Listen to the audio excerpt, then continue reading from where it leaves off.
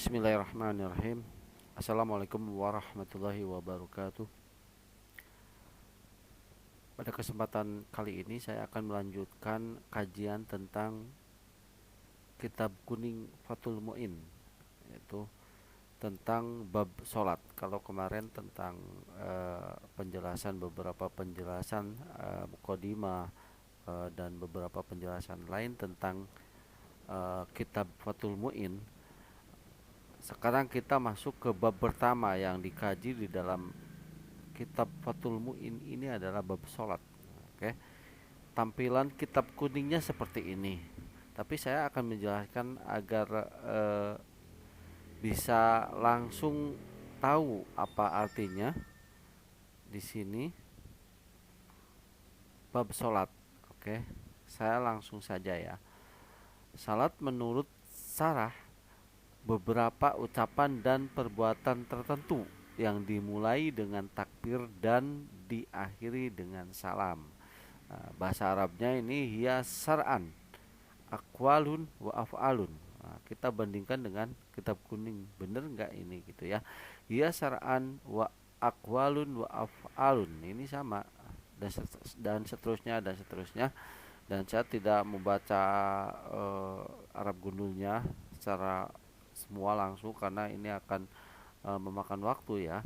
Sedangkan kita ingin maksud dari intinya ini tersampaikan. Jadi saya akan membacakan dari terjemahnya saja supaya yang lihatnya pun yang nggak bisa baca Arab gundul bisa langsung memahami gitu ya.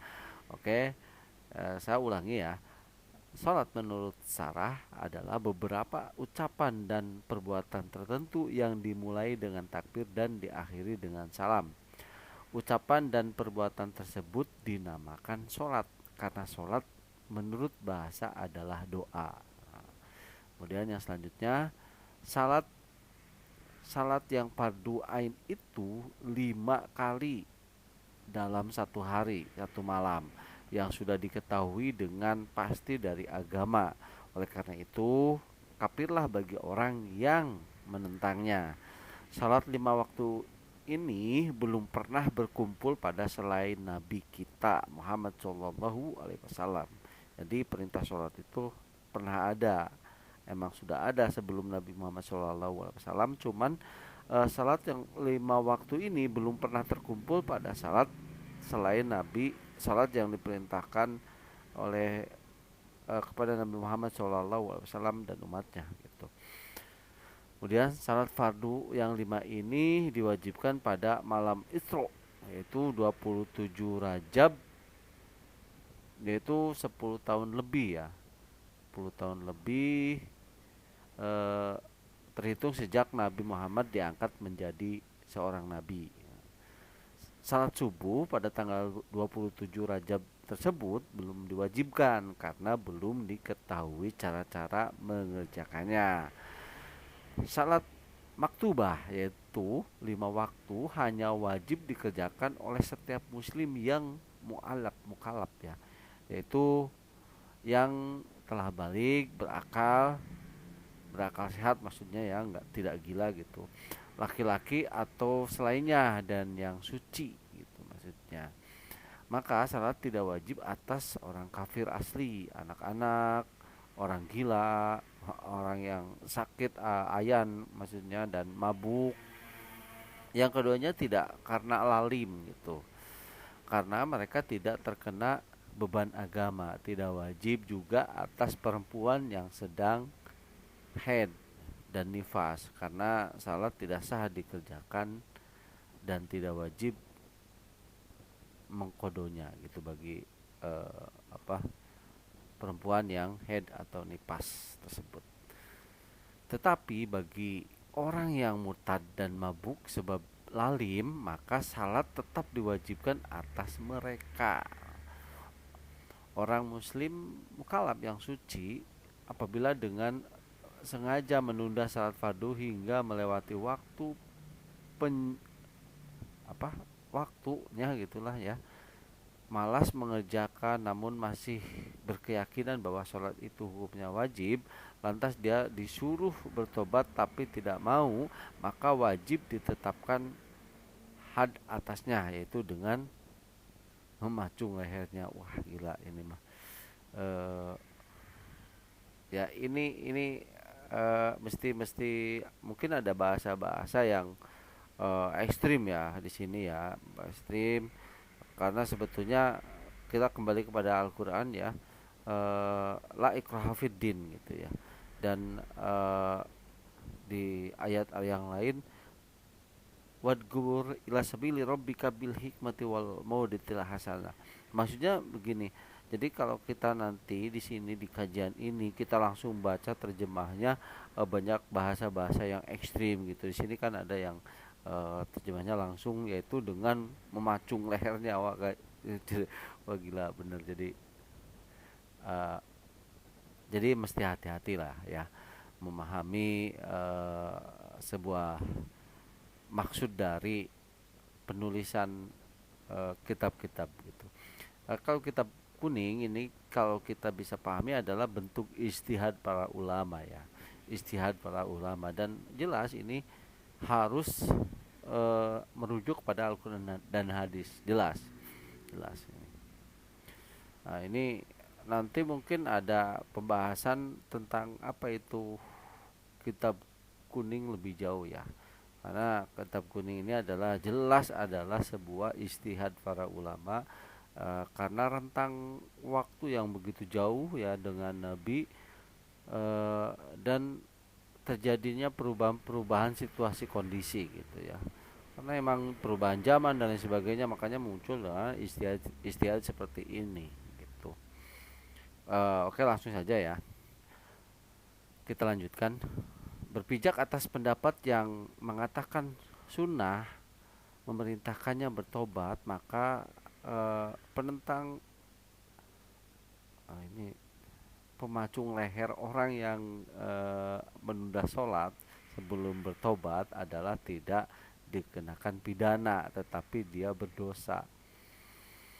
Ya itulah, ini saat cuma membacakan berdasarkan terjemah ini ya. Kemudian lanjut aja ya. Jika dia meninggalkan sholat karena menentang wajibnya, maka dia dibunuh sebagai sebagai orang yang kafir. Dia tidak perlu dimandikan dan disalati, serta tidak boleh dimakamkan di perkuburan orang-orang muslim. Saya kembali lagi ya, ini harus ditegaskan, ini saya hanya membacakan terjemah yang dituliskan berdasarkan kitab Fathul Mu'in ini yang ditulis oleh Syekh Zainuddin bin Abdul Aziz Al-Malibari ini. Jadi ya harus bisa dipahami ya, harus bisa dipahami, harus kembali kepada eh, jika apa namanya, kalau bahasa rem ya, kalau bahasa Sundanya itu ada rem, jadi nggak harus apa namanya, oh seperti ini nih orang.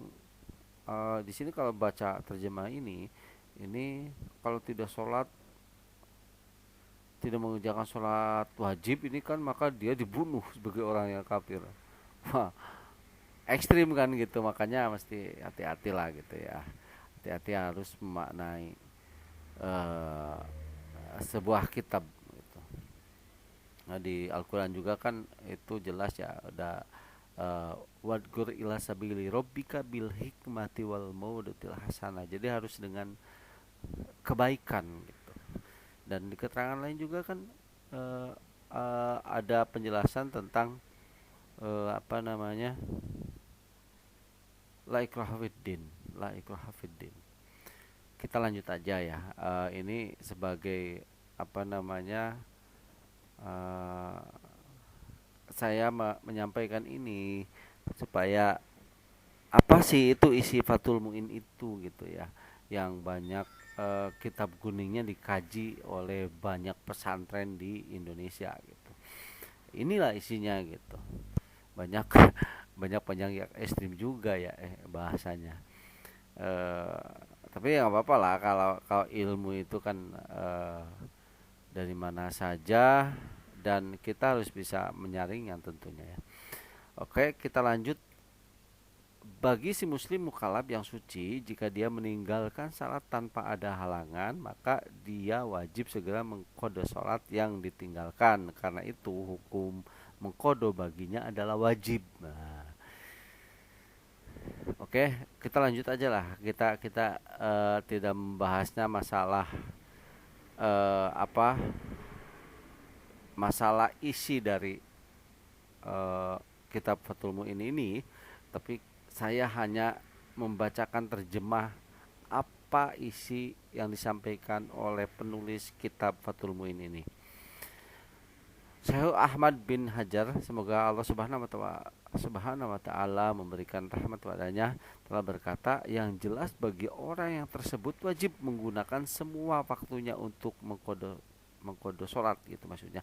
Selain waktu-waktu yang harus dipergunakan untuk hal lain, misalnya tidur, mencari nafkah bagi orang yang harus dinafkahi dan seterusnya dan seterusnya. Di samping itu juga haram baginya mengerjakan sholat sunat. Jadi sebelum kewajiban sholat fardu itu dikerjakan, haram baginya untuk mengerjakan sholat sunat. Tuh. Kemudian jika sholat tertinggal sebab ada halangan, misalnya tertidur atau lupa yang tidak karena lalim, lalim itu main-main lah gitu ya, ya eh, apa namanya di luar inilah gitu ya, maka dia sunat dengan segera mengqadha salat.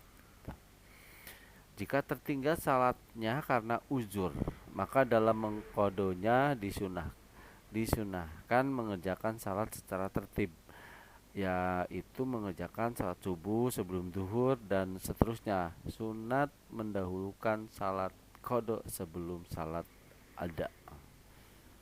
Kemudian ada itu tunai ya, apa ya, sholat di tepat pada waktunya gitu, pada waktu sholat gitu kan. Kalau kodo itu kan bukan di waktunya gitu. Kemudian selanjutnya, jika tidak khawatir kehabisan waktu sholat ada, waktu sholat gitulah maksudnya, menurut pendapat yang muktamad, meskipun dia khawatir akan ketinggalan berjamaah. Jika tertinggalnya tidak sebab uzur, maka dia wajib mendahulukan qada daripada salat ada. Salat apa namanya? Salat tepat pada waktunya lah gitulah. Adapun bila dikhawatirkan kehabisan waktu salat eh, ada, walaupun sebagian, meskipun sedikit saja dari salat tepat salat pada waktunya akan terjadi di luar waktunya, maka baginya wajib mendahulukan sholat sesuai waktunya gitu ya. Ada ini kan apa, sholat ada apa ada ya, ini sholat pada waktunya gitu. Waktu umpamanya sholat duhur itu kan eh, tergelincirnya matahari sampai dengan waktu asar, itu waktu ada gitu maksudnya.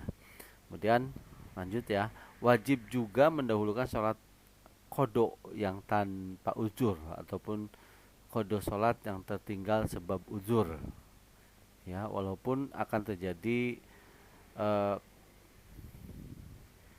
ketidaktertiban waktunya, karena tertib itu hukumnya sunnah katanya. Aduh, sedangkan bersegera adalah hukumnya wajib.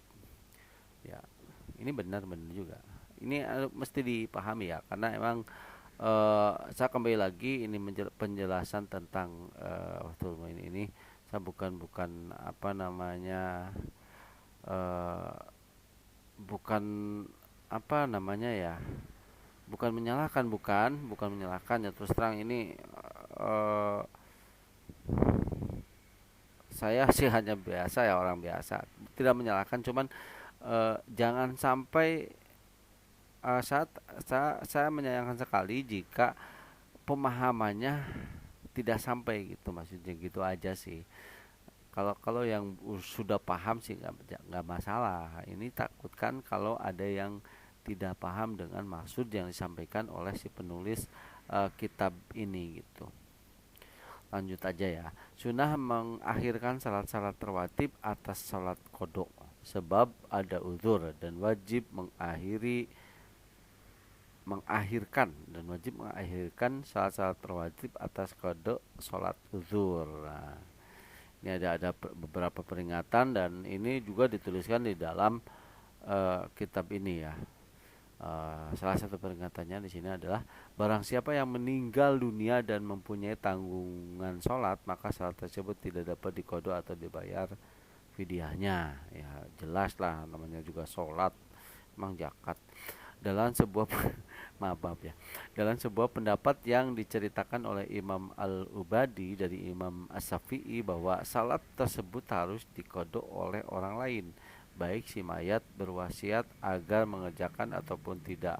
Hal ini berdasarkan sebuah hadis. Ini mesti butuh kajian yang lebih jauh ya. Terus perbandingan antara hadisnya, kemudian kualitas hadisnya dan sebagainya. Eh,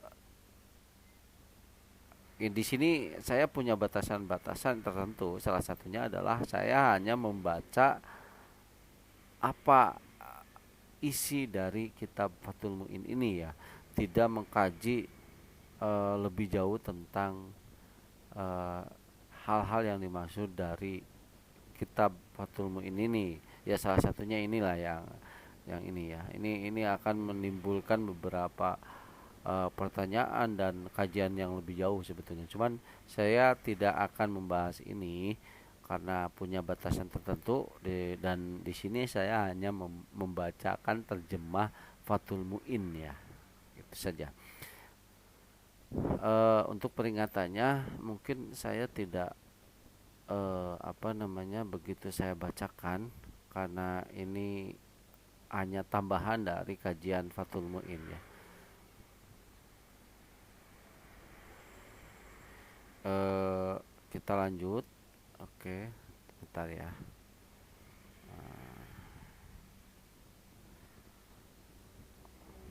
Ini selanjutnya ini adalah pasal syarat-syarat sholat ya. Nah, ini di atas itu setelah tadi ada beberapa peringatan, jadi tanbih ya, tanbih tambahan lah gitu lah.